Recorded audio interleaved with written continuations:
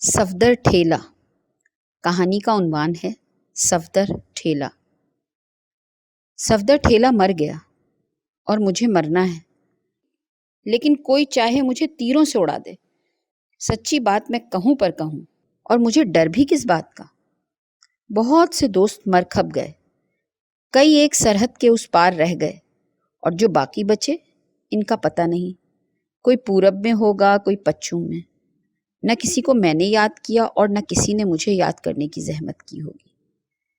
ایک زمانہ تھا جب ہم اسکول میں اکٹھے پڑھا کرتے تھے، ٹولیاں بنا کر بیر اور ہولیں کھانے جایا کرتے تھے، اور مل جل کر ریل کے آؤٹر سگنل میں اینٹیں پھنسا کر رکتی ہوئی گاڑی کی سیٹیاں سنا کرتے تھے۔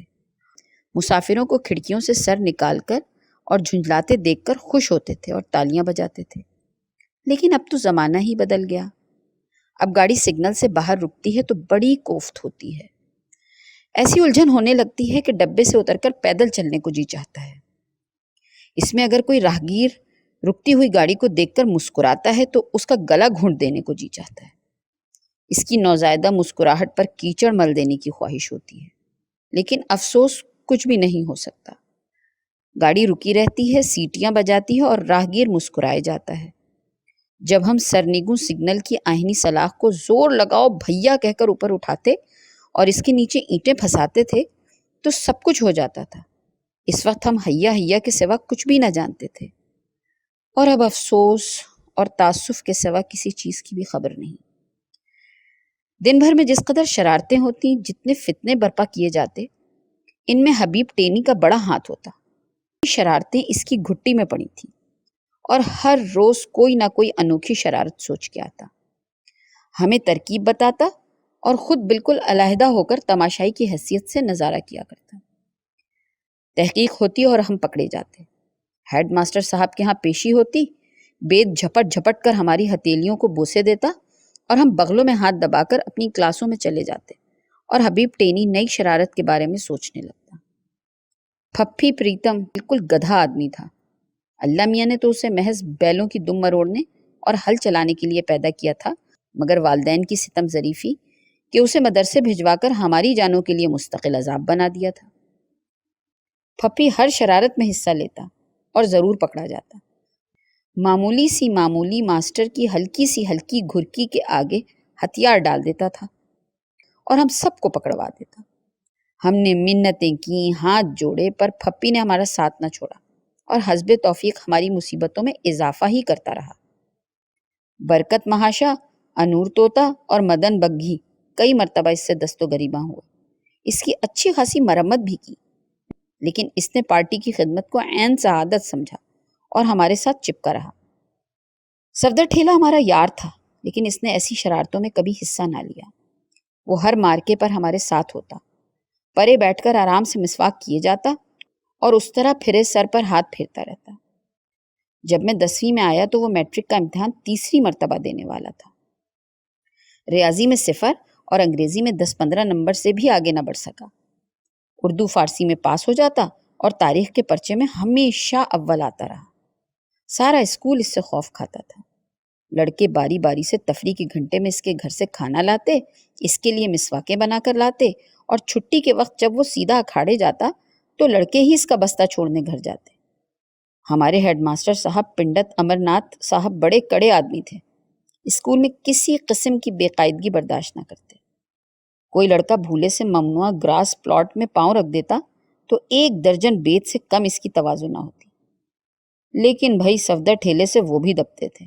اگر کبھی اس کو سزا دینے کی ضرورت محسوس ہوتی تو مولوی ابو الحسن صاحب سے کہتے، مولوی صاحب ٹھیلے کو کان سے پکڑ کر کشاں دفتر میں لے جاتے اور پنڈت جی کی میز کے سامنے کھڑے کر کے اپنے مخصوص لہجے میں کہتے، نالائق، خبیث، توبہ کر، معافی مانگ پنڈت جی سے، نہیں تو جان سے مار دوں گا۔ اور ٹھیلا ہنستے ہوئے کہتا، توبہ جی پنڈت جی، معافی دے دو جی، اور پنڈت جی معاف کر دیتے۔ ایک مرتبہ اسکول کا چپراسی ڈاک لے کر پوسٹ آفس جا رہا تھا۔ صفدر ٹھیلے نے آواز دے کر کہا، دیوان چند، میرا خط بھی لیتے جانا۔ دیوان چند ایک لمحے کے لیے رکا، پھر پلٹ کر بولا، سرکاری کام سے جا رہا ہوں، فرصت نہیں۔ صفدر نے 2 زقندیں بھر کر جا دبوچا، اور اس کی ناک پر اپنے ہتھوڑے ایسے سر کی ایسی ٹکر جمائی کہ خون کا فوارہ بہہ نکلا۔ چپراسی نے ڈاک زمین پر پھینک دی اور بھیں بھیں رونے لگا۔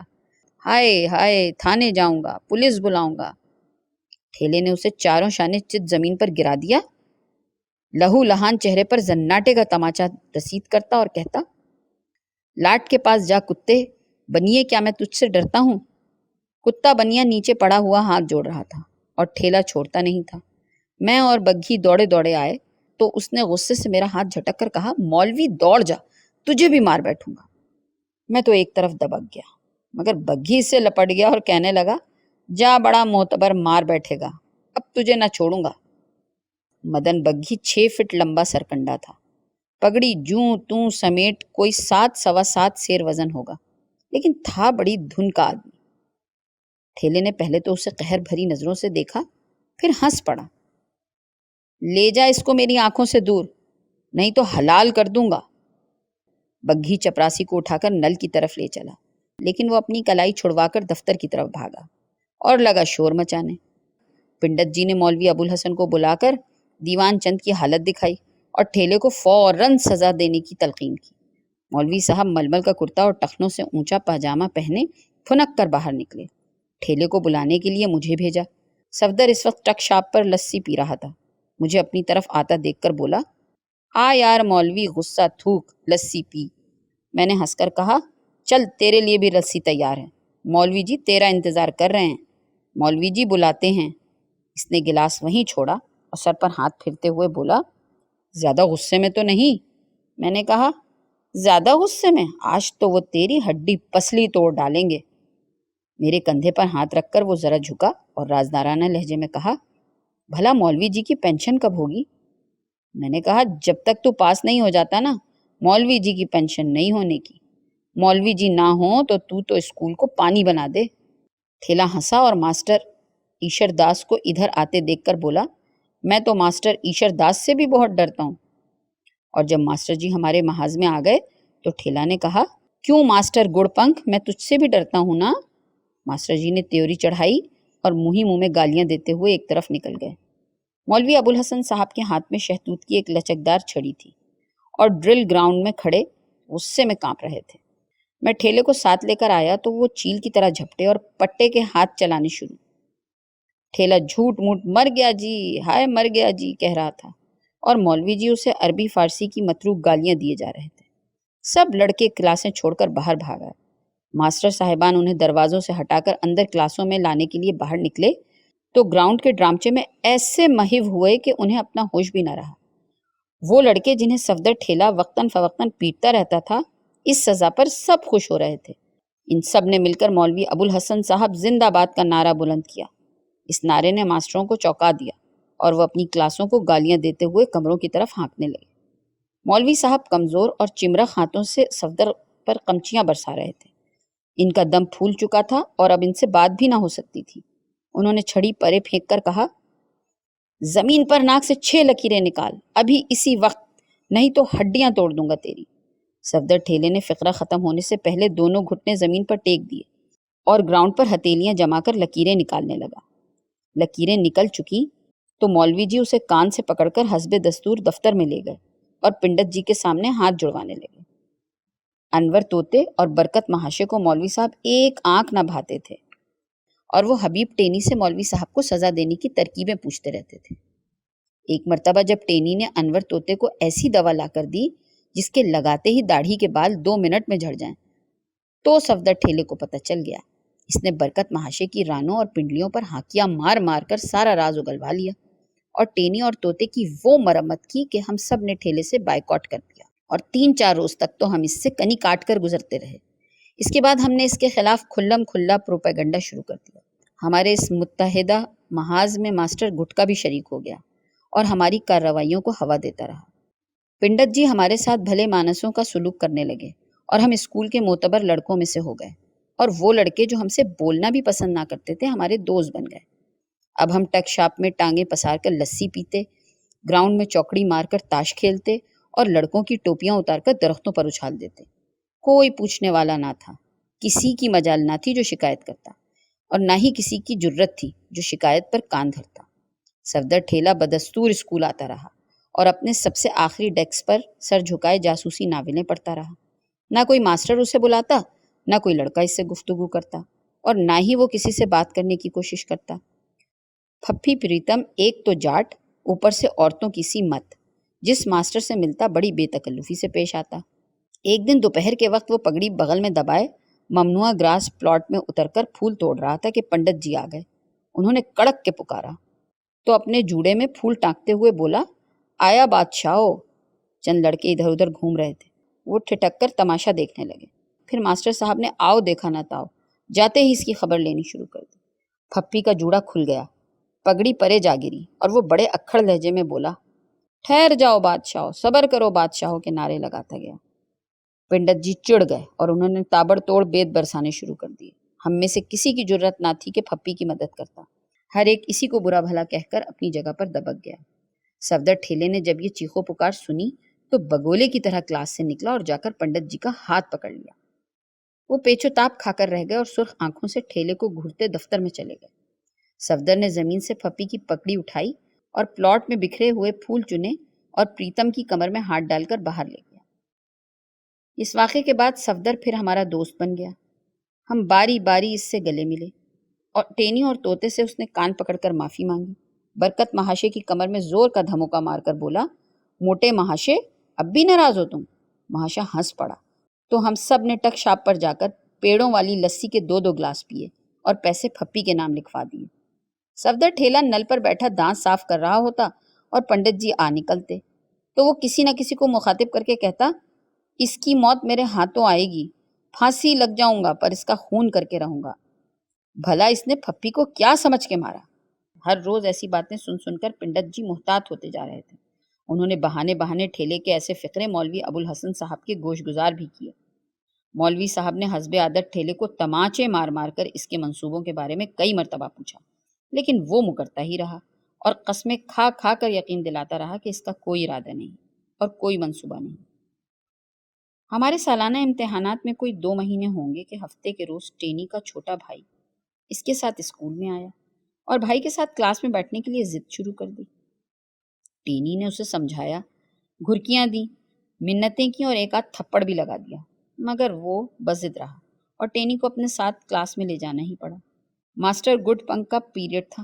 انہوں نے ٹینی کے ساتھ ایک بچے کو بیٹھے دیکھ کر حبیب سے اس کے بارے میں پوچھا تو حبیب نے اٹھ کر ڈرتے ڈرتے کہا، جی یہ میرا بھائی ہے اور…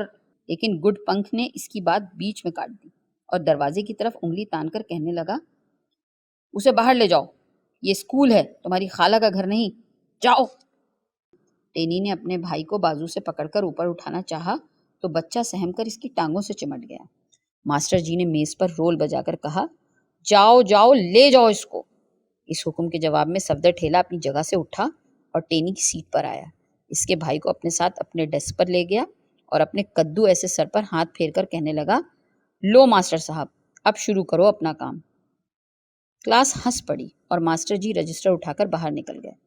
برکت مہاشے نے زور سے سیٹی بجا کر کہا، لو جی ہمارے چھوٹے بھائی کو نکالنے آیا تھا، اب لالا جی کی اپنی ارتھی نکل گئی، رام رام ستیہ ہے۔ لڑکوں نے چیخیں ماری، ڈیسک بجائے اور اونچے اونچے سروں میں گانا شروع کر دیا۔ پنڈت جی دفتر سے برآمد ہو رہے تھے لیکن یہ کورس سن کر واپس لوٹ گئے۔ انہوں نے جانا کہ چند لمحوں کے بعد یہ طوفان بدتمیزی آپ سے آپ تھم جائے گا۔ جس استاد نے کلاس کو اس طرح چھوڑ دیا ہے وہ بدنظمی کے خوف سے خود ہی آ کر اسے سنبھالے گا، لیکن یوں نہ ہوا۔ تقریباً آدھی کلاس باہر نکل گئی۔ صفدر ٹھیلا حبیب ٹینی کے بھائی کا ہاتھ تھامے اسے روشوں پر لیے پھرتا تھا اور ان دونوں کے ساتھ ٹینی کے علاوہ جماعت کے اور بھی بہت سے لڑکے تھے۔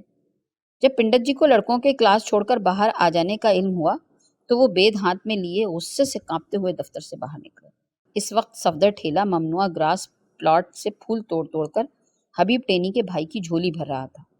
پنڈت جی بید ہاتھوں میں تھر تھراتے نتنے پھڑکاتے پلاٹ میں داخل ہوئے اور آتے ہی ٹھیلے کے کمر میں پورے زور سے چھڑی جڑ دی۔ اس نے تل ملا کر الٹ کر دیکھا اور جھپٹ کے بیٹ پکڑ لیا، اور پھر ہیڈ ماسٹر کے ہاتھ میں چونکہ چھڑی کا چمڑا والا موٹا سرا تھا اس لیے وہ بیت چھیننے میں کامیاب ہو گئے۔ لڑکوں نے زور سے تالی بجائی، پنڈت جی زندہ باد، ہپ ہپ ہرے۔ لیکن ہماری ساری پارٹی بڑی خفیف ہوئی اور ہم میں سے ہر ایک تالی بجانے والوں کو گھورنے لگا۔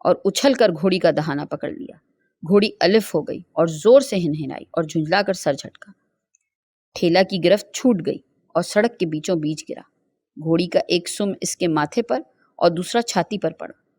پل بھر کو اس کی روشن آنکھیں اپنی پوری بےتابی سے چمکی اور بند ہو گئیں۔ گھوڑی نے ایک مرتبہ پھر سیخ پا ہو کر سنگین سموں سے چھاتی اور پیٹ کو کچل ڈالا۔ صفدر اس کی ٹانگوں کے درمیان پڑا تھا۔ بگھی تھم گئی تھی اور پنڈت جی الجھا ہوا صافہ گلے سے علیحدہ کرتے ہوئے گاڑی سے اتر رہے تھے۔ سڑک پر خون کی نالی آہستہ آہستہ بڑھ رہی تھی۔ ٹھیلا کے ماتھے پر خون تھا، گھٹے ہوئے سر پر خون تھا اور گھوڑی کے سموں پر خون تھا۔ پنڈت جی گاڑی کے پہلو میں کھڑے اپنی بیوی اور لڑکیوں کی طرف دیکھ دیکھ کر چلا رہے تھے، میرا اسٹوڈنٹ ہے صفدر، میرا اسٹوڈنٹ، صفدر میرا اسٹوڈنٹ۔ اور صفدر گھبرائی ہوئی گھوڑی کے قدموں میں بے حس و حرکت پڑا تھا۔ ہم سب اس کے ارد گرد اپنے اپنے ہتھیار سنبھالے کھڑے تھے۔ ہاکی اسٹک میرے ہاتھوں سے پھسلی جا رہی تھی۔ میں نے اپنی گرفت مضبوط کرتے ہوئے صفدر کے چہرے کو غور سے دیکھا۔ اس نے گویا مسکراتے ہوئے کہا، نہ تو بزدل ہے اور نہ ہی کمینہ، ذرا مولوی ہے نا، اس لیے تشویش ہے۔ بس ہم مریں یا جئیں تم اپنی کارروائی کیے جانا۔ میں نے کارروائی کے لیے بازوؤں کو تولا تو ہاکی میرے ہاتھ سے چھوٹ کر ایسے گری جیسے صفدر گرا تھا۔ شکریہ۔